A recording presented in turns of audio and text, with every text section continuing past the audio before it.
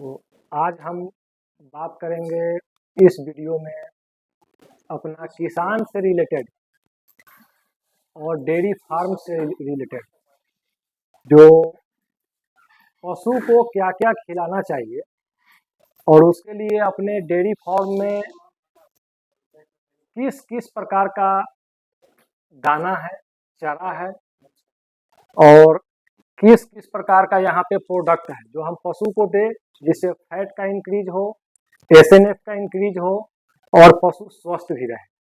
तो ये हमारे डेयरी के साहब हैं। नमस्कार। नमस्कार। और सर हमें आपसे पूछना है कि अपने पास कौन कौन सी प्रोडक्ट है जो आप मतलब हम लोगों को दीजिएगा या अन्य किसान को दीजिएगा जिससे डेयरी का जो दूध में क्वालिटी बढ़े, क्योंकि आपको मालूम है कि अमेरिका के राष्ट्रपति डोनाल्ड ट्रंप इसी कारण से भारत पे गुस्सा हुए थे, क्योंकि वो सोच रहे थे कि हम भारत में घुसे और यहाँ के डेयरी फार्म में भी घुसे।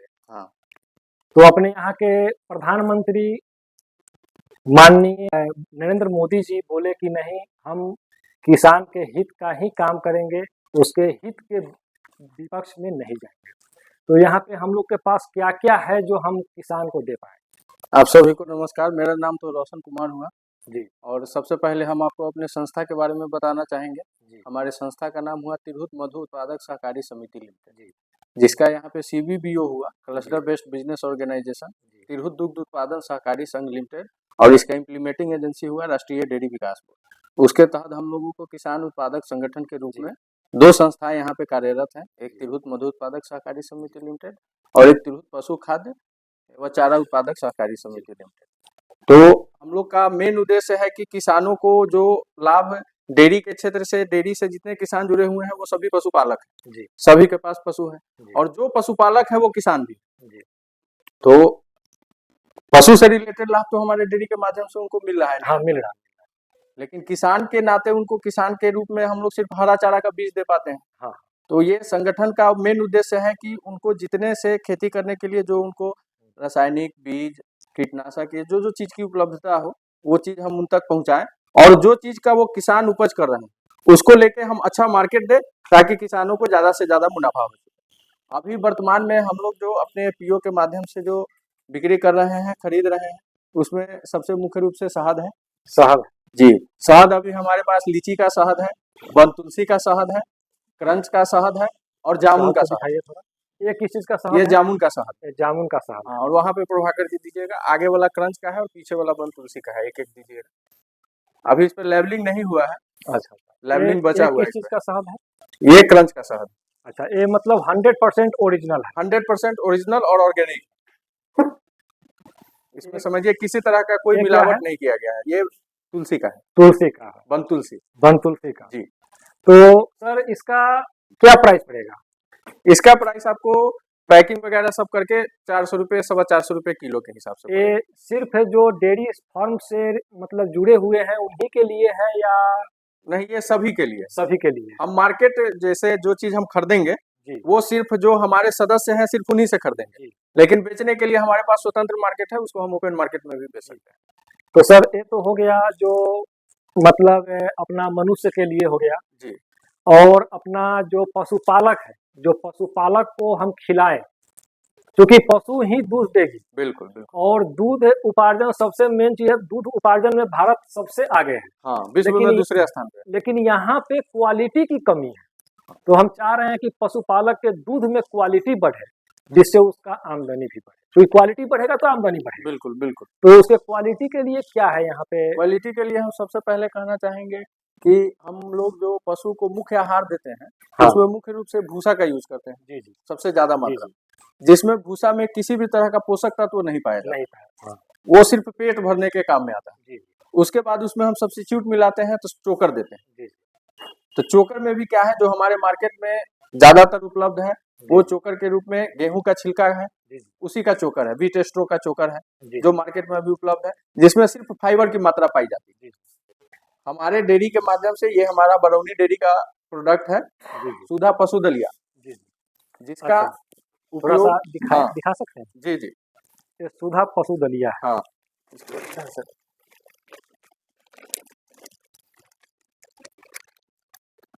ये है सुधा पशु दलिया। अच्छा। इसमें आपको मक्का का दर्रा, जी। जई का दर्रा, जी। Rice bran, DRB, calcium, mineral, थोड़ा थोड़ा 1% 2% की मात्रा ही है। उसके बाद आपको नमक, ये सब कुछ मिश्रित किया हुआ है, जो कि एक संतुलित आहार के रूप में पशु के शरीर को बेनिफिट पहुंचाएगा। तो इसको हम चोकर की जगह पे दे सकते चोकर हैं? के जगह पे इसका प्रयोग कर सकते हैं। अच्छा, चोकर के जगह पे इसका हम प्रयोग कर सकते हैं। बिल्कुल। और चोकर खिलाने से ज़्यादा बेनिफिट है या ये खिलाने से बेनिफिट? नहीं तो ये तो आप साक्षात देख रहे हैं कि किसी चीज में सिर्फ फाइबर पाया जा रहा है, हाँ। और दूसरे चीज में है कैल्शियम, मिनरल, प्रोटीन, फैट, सब कुछ पाया जा रहा है। तो ये खिलाने में ही हमको ज्यादा बेनिफिट हाँ, होगा। ज़्यादा बेनिफिट ये खिलाने में। अच्छा, तो चोकर से इसका रेट क्या पड़ेगा? मतलब कि चोकर की तुलना में इसका रेट मतलब किसान को सस्ता पड़ेगा या महँगा पड़ेगा?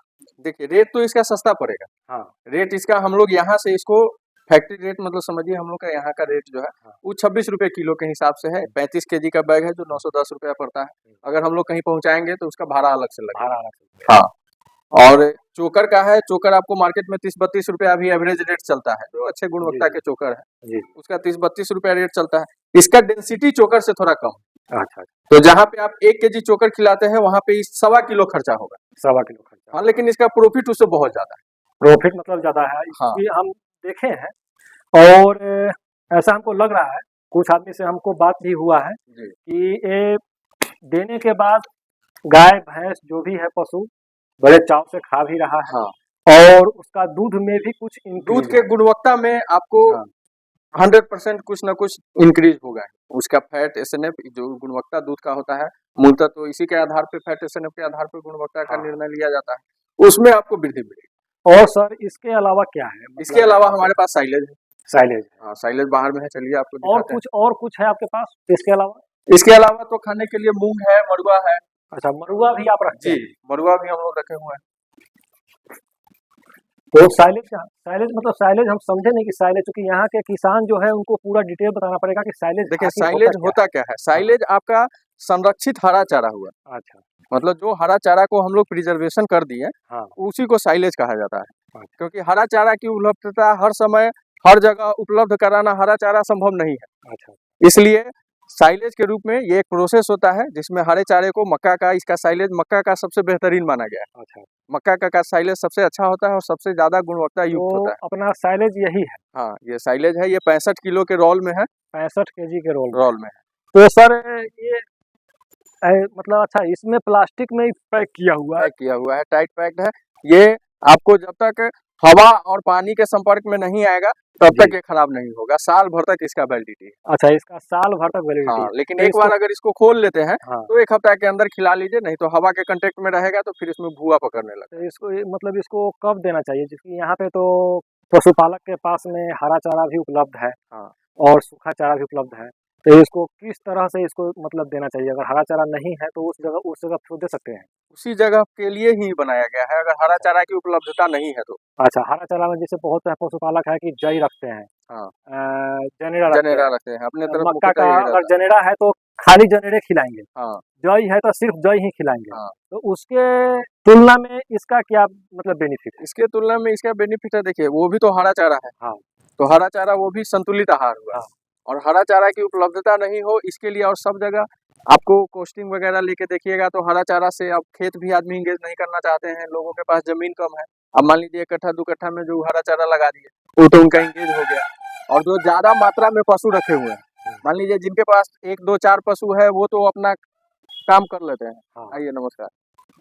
तो मतलब ये हम इसको दे सकते हैं। तो हाँ। यहाँ पे इसका किसान के पास जाना जरूरी है। हाँ। उसको खिलाना भी जरूरी है। खिलाना भी जरूरी है। इसका निरंतर 21 दिन तक अगर आप अपने पशु को साइलेज खिलाते हैं, हाँ। तो आपके पशु के दूध का गुणवत्ता और दूध का क्वांटिटी हाँ। दोनों में आपको विकास दिखाई देगा। अच्छा, और किसान के लिए क्या है कि किसान जैसे कि मक्का का खेती करता है, तो क्या आप मक्का ले सकते हैं क्या? हाँ, इसका देखिए अभी हम लोग ये बरौनी से मंगा रहे हैं। हम्म। बरौनी से मंगा रहे हैं तो वहाँ का जो फैक्ट्री रेट है उसके बाद हम लोग को ट्रांसपोर्टेशन पड़ रहा है। हाँ। लोडिंग अनलोडिंग लेके हम लोग को थोड़ा सा महंगा पड़ जा रहा है। अभी हम लोग इसको 9 रुपए केजी दे पा रहे हैं। और हम लोग का एनडीडीबी से प्रपोजल वगैरह सब हो गया है। अगर हम लोग का यहाँ पे बैठ जाता है साइलेज प्लांट खुद का, तो हम 6 से 7 रुपए के बीच में अपने किसान को उपलब्ध करा देंगे। और अपने किसान के द्वारा मक्का का खेती भी करवाएंगे।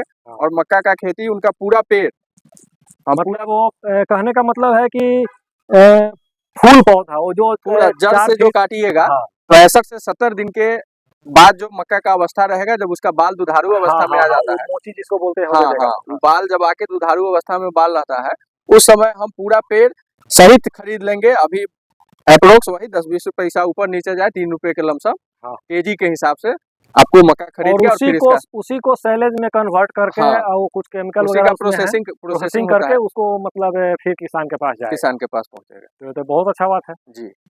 और सर इसमें कुछ है और नहीं, अभी तो वर्तमान में इतना ही हम लोग के पास उपलब्ध है। और कुछ नया आने हाँ, वाला है हाँ, हम मतलब लोग आगे चल हमेशा के प्रयत्न आएगा? करते रहते हैं, नया-नया, जैसे अभी हम लोग का संस्था ये नया से शुरू ही हुआ है। अच्छा, अच्छा, अच्छा। तो धीरे-धीरे इसमें काम कर रहे हैं और नया-नया प्रोडक्ट लाने की तो कोशिश कर रहे हैं। दोस्तों अभी हम अपना सुधा दाना फैक्ट्री कांटी में मौजूद हैं और सर का कुछ यहाँ पे प्रोडक्ट आया है जो किसानों के हित में है और पशुपालक के भी हित में है।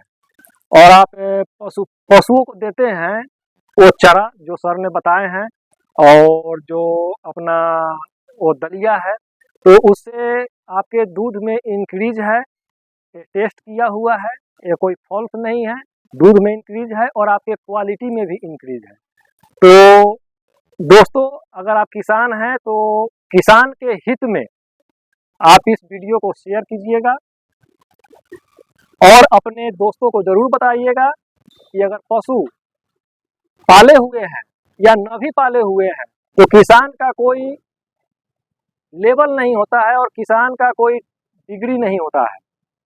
कोई भी व्यक्ति कभी भी किसान बन सकता है, वो सरकारी सर्विस में है, सर्विस से रिटायर होकर के भी किसान बन सकता है, वो डीएम हो, एसपी हो या एक गांव की आम जनता हो, तो ये सभी के हित में है। और अपना भारत 90% भूमि यहाँ की कृषि योग्य है और कृषि योग्य होने के नाते हर व्यक्ति मतलब कि 80-70% व्यक्ति यहाँ पे पशुपालक हैं। तो दोस्तों आपको ये वीडियो कैसा लगा आप कमेंट करके जरूर बताइएगा। नमस्कार।